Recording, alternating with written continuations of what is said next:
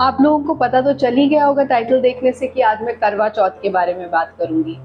पर मैं करवा चौथ के बारे में थोड़ा सा हट के बात करूंगी। मतलब नॉट जस्ट द पूजा करने की विधि एंड व्रत रखने की विधि और क्या मुहूर्त है, क्या टाइम है, किस समय चंद्रमा दिखेगा, ये सब तो आएगा ही, एंड में मैं डेफिनेटली बताऊंगी इसके बारे में। बट मैं एक ज्योतिषीय संदर्भ में करवा चौथ की बात करूंगी और कुछ ऐसे रेमेडीज कहें या फिर आप एक्सपेरिमेंट्स कहें उनके बारे में बात करूंगी जिनसे कि आपका वैवाहिक जीवन, आपकी मैरिड लाइफ बहुत ही स्मूथली और बहुत ही अच्छे ढंग से चलेगी। Karva Chauth is all about conjugal bliss, romance and union. तो बड़ी ऑब्वियस सी बात है कि चंद्रमा और शुक्र की बात तो होगी ही। Please please don't get confused.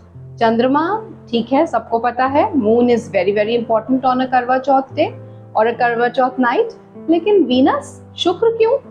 Okay, let me just explain it to you. शुक्र या वीनस इसलिए क्योंकि शुक्र रोमांस का या रिलेशनशिप्स का कारक है, प्यार का कारक है। और चंद्रमा कहाँ जाके उच्च का होता है? शुक्र की राशि में, यानी कि वृषभ राशि में, टॉरस में। तो इसलिए शुक्र की भी उतनी ही इम्पोर्टेंस है। और शुक्र ब्यूटी, लग्जरी, सजने संवरने का सामान और बहुत सारी ऐसी चीज़ों का कारक है, फ्रेग्रेंसेस, परफ्यूम्स, जो कि करवा चौथ वाले दिन यूज़ की जाती है। अगर पौराणिक कथाओं की माने तो ये व्रत द्रौपदी को कृष्ण जी ने बताया था और इसीलिए इस व्रत को इतनी इम्पोर्टेंस दी जाती है। ये व्रत कार्तिक कृष्ण पक्ष की चतुर्थी को मनाया जाता है, इसलिए इसका नाम करवा चौथ पड़ा। और कृष्ण जी तो आपको पता ही है, he is the epitome of romance, तो इस वजह से इसको रोमांस के साथ भी जोड़ा जाता है। I am Reena Sharma, your astro advisor, and I am a vastu consultant as well. और आज मैं करवा चौथ के बारे में कुछ ऐसी बातें बताऊंगी जो कि बहुत ही इंटरेस्टिंग है, क्योंकि ये कृष्ण जी से जुड़ी हुई हैं। करवा चौथ ज्यादातर जब चंद्रमा रोहिणी नक्षत्र में आता है, और रोहिणी नक्षत्र कृष्ण जी का नक्षत्र है, तो जब चंद्रमा रोहिणी नक्षत्र में आता है तब करवा चौथ को मनाया जाता है या उसका पूजन किया जाता है। पहले जमाने में करवा चौथ का व्रत इसलिए रखती थी लेडीज क्योंकि वो बहुत ज्यादा डिपेंडेंट होती थी अपने हस्बैंड के ऊपर, और प्रोटेक्शन और सिक्योरिटी के लिए वो अपने हस्बैंड की लंबी उम्र के लिए करवा चौथ का व्रत रखती थी। पर आज के समय में बहुत चीजें बदल गई हैं। Even women are equally independent. फर्क सिर्फ इतना हुआ है कि अब हस्बैंड्स भी अपनी वाइफ्स के साथ करवा चौथ का व्रत रखते हैं उनकी लंबी उम्र के लिए। Karva Chauth is a time to revive your relationship, to relive those sweet moments which you cherished throughout your life when you got married. जब आपकी शादी हुई तब आप दुल्हन की तरह सजी, इसीलिए लेडीज करवा चौथ से काफी दिन पहले से बहुत एक्साइटेड हो जाती हैं कि वो क्या ड्रेस पहनेंगी, उसके साथ क्या एक्सेसरीज पहनेंगी, कौन सी ज्वेलरी पहनेंगी, कैसी मेहंदी लगवाएंगी। और क्या आपने नोटिस करा, ये सब चीजें वीनस को रिप्रेजेंट करती हैं। सजने संवरने का सामान, मेहंदी, परफ्यूम, फूल, ये सब शुक्र है। इसीलिए शुक्र की भी उतनी ही वैल्यू है, उतनी ही इम्पोर्टेंस है करवा चौथ पे जितनी कि चंद्रमा की। आज के दिन रूठना मनाना, झगड़ना, लड़ाइयाँ करना, एक दूसरे को ताने मारना, भला बुरा कहना बिल्कुल अच्छा नहीं माना जाता। ऐसा करने से आप अपने शुक्र को खराब करते हैं, अपने बर्थ चार्ट के वीनस को खराब करने से आपके यहाँ प्रॉस्पेरिटी कम आती है। आपके बीच में जो कंजुगल ब्लिस है, जो आपकी रिलेशनशिप में जो बीच में प्यार है, इंटीमेसी है, वो खराब होती है। तो इस चीज़ का बहुत ज़्यादा ध्यान रखना चाहिए। और दूसरी एक बात जिसका आपको ध्यान रखना है कि आपको शार्प ऑब्जेक्ट्स नहीं यूज़ करने। शार्प ऑब्जेक्ट्स लाइक चाकू, कैंची, सुई, इस तरीके की कोई चीज़ यूज़ नहीं करनी। और ना ही शार्प जबान, कटाक्ष ना बोले, कुछ ऐसा ना कहें कि दूसरे को, सामने वाले को चुभ जाए। इन चीज़ों का करवा चौथ वाले दिन बहुत ज़्यादा ध्यान रखना चाहिए। करवा चौथ वाले दिन आपको एक और बात का ध्यान रखना होगा, वो है कि जब आप पूजा करते हैं और आप प्रसाद का बायना निकाल के अपनी मदर इन लॉ को देते हैं, तो आपको अपनी मदर इन लॉ के भी पाँव छूने चाहिए, उनका आशीर्वाद लेना चाहिए। देखिए, मैं ये कहूँगी आज के दिन आप कितना भी आपके मदर इन लॉ से अच्छे रिलेशंस ना हो या आपके डिफरेंस ऑफ ओपिनियंस रहते हों, पर एटलीस्ट करवा चौथ वाले दिन आप उन्हें वो इज्जत मान दें। क्यों? क्योंकि आपकी जो मांग में ये सिंदूर भरा है, ये आपके मदर इन लॉ की वजह से है। जो आपके सामने आपके हस्बैंड खड़े हैं, जो आपका सुहाग है, वो आपकी मदर इन लॉ का अंश हैं। ये आप कभी ना भूलें। जो कुछ आपके पास है उन्होंने अपने पास से आपको दिया है, तो you should be always thankful to her.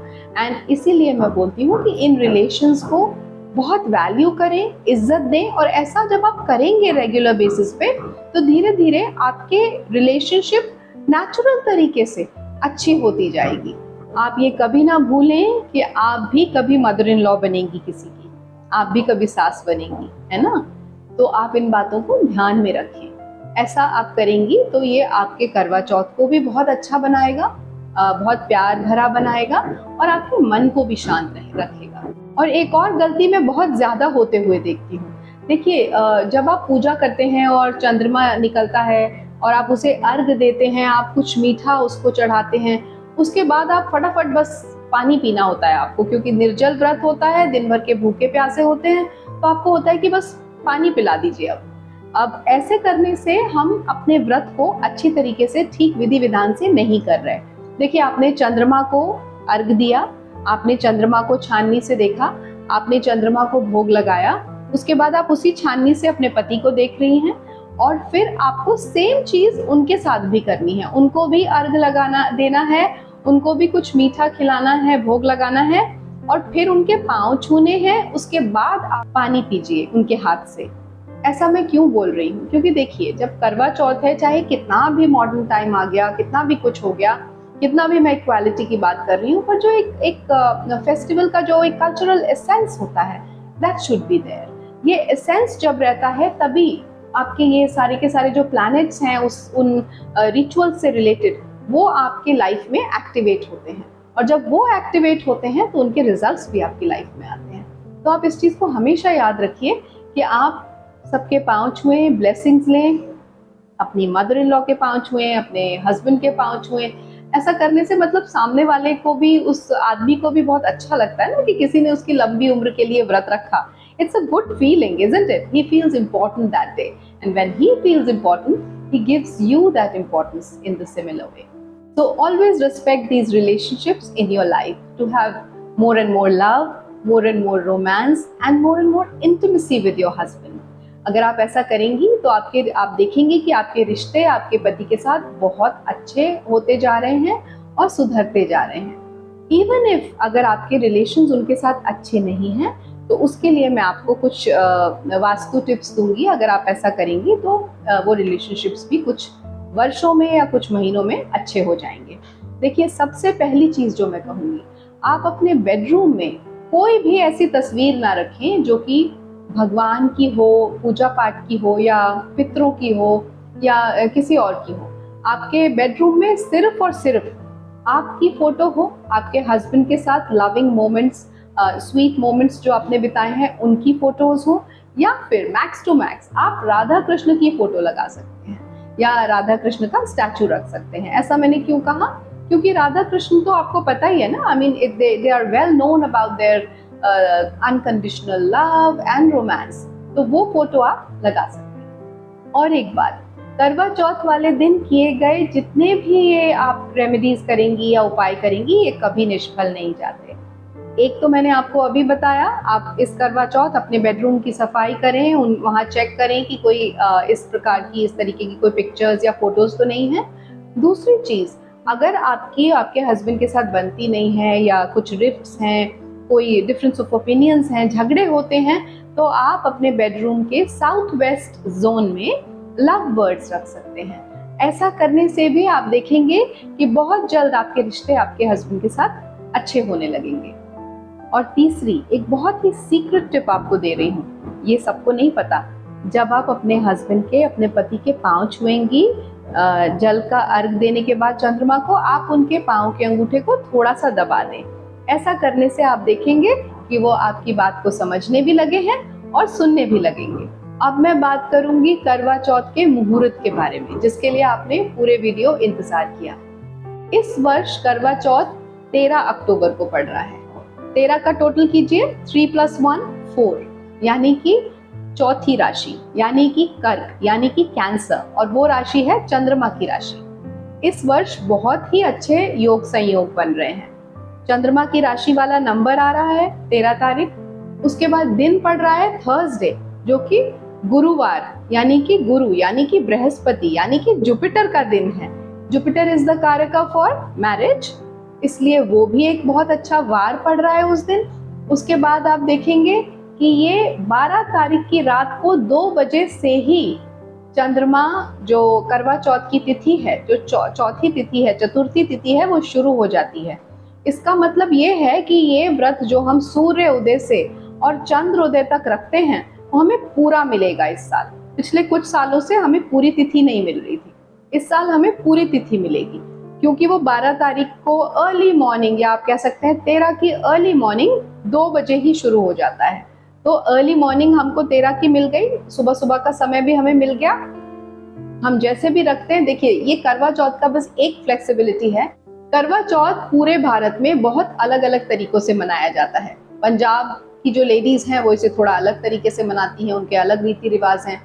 North Indians जो हैं वो थोड़ा अलग तरीके से मनाती हैं। तो बहुत ही अलग अलग तरीके से होता है। तो देखिए, जो कुछ मैं आपको बता रही हूँ, मैं आपको जो मुहूर्त बता रही हूँ वो फॉलो कीजिए, लेकिन करने का तरीका वो सबके घरों में अलग होता है। कहीं सरगई खाई जाती है, कहीं सरगई नहीं खाई जाती है।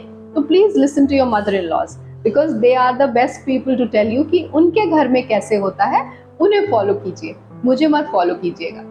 और अगर आपको रोहिणी नक्षत्र में चंद्रमा मिल जाए और पूर्ण तिथि मिल जाए, जैसा मैंने कहा आपको पूरी तिथि मिल रही है, तो क्या कहने, फिर तो बहुत ही अच्छा, मतलब बहुत ही शुभ करवा चौथ का संयोग बन रहा है ये। क्योंकि इस समय शुक्र 28 सितंबर की रात से अस्त हो गया है, और शुक्र मैंने कहा जैसे मैरिज का और रिलेशनशिप का कारक है। तो क्योंकि वो अस्त है, तो जो लड़कियां और लेडीज फर्स्ट टाइम करवा चौथ रख रही हैं, उनके लिए मेरा ये एडवाइस है कि वो इस साल से ना रख के अगले साल से शुरू करें। It's just my advice. शुक्र का अस्त होना मतलब मैरिज से रिलेटेड कोई भी काम इन 2 महीनों में आप ना करें। 26 नवंबर तक शुक्र अस्त रहेगा, तो इन दिनों आप कोई भी नया काम ना करें मैरिज रिलेटेड। आप पहले से रखती आ रही है करवा चौथ, तो आप रखती जाएं, उसमें कोई प्रॉब्लम नहीं है। और एक बात, क्योंकि इस साल करवा चौथ बृहस्पतिवार वाले दिन पड़ रहा है, थर्सडे को पड़ रहा है, और बृहस्पतिवार का या जुपिटर का जो कलर है वो है येलो, तो प्लीज येलो कलर पहने, येलो, ऑरेंजिश, गोल्डनिश, ऐसे शेड्स पहने आप करवा चौथ को, तो ये और भी ज्यादा शुभ हो जाएगा। और जो इस साल करवा चौथ का 13 अक्टूबर को मुहूर्त है पूजा का, वो है शाम को 6:01 से 7:15 के बीच में। और उसके बाद हम चंद्रोदय पे जाकर चंद्र को अर्घ देंगे। और चंद्रोदय कितने बजे हो रहा है दिल्ली में? 8:25 पे। बस उसके आसपास आप अपने हस्बैंड को बोलिए कि चांद को देखते रहें, और जैसे ही चांद निकले आपको बताएं, और आप फटाफट छत पे जाके या बालकनी में जाके अपनी पूजा को पूर्ण करें। ये सारी के सारे जो रीति रिवाज और ये जो रिचुअल्स हमारे भारत में होते हैं, these all make India a very culturally rich country, and all these things make India unique in the world. So that's why I say maintain these rituals, keep doing them, and keep following them with that cultural essence in it. I wish you all a wonderful Karwa Chauth. I'm wishing it to all the ladies as well as gents, because दोनों रख रहे हैं अभी, तो दोनों को मैं wish कर रही हूँ आपका करवा चौथ बहुत बहुत शुभ हो।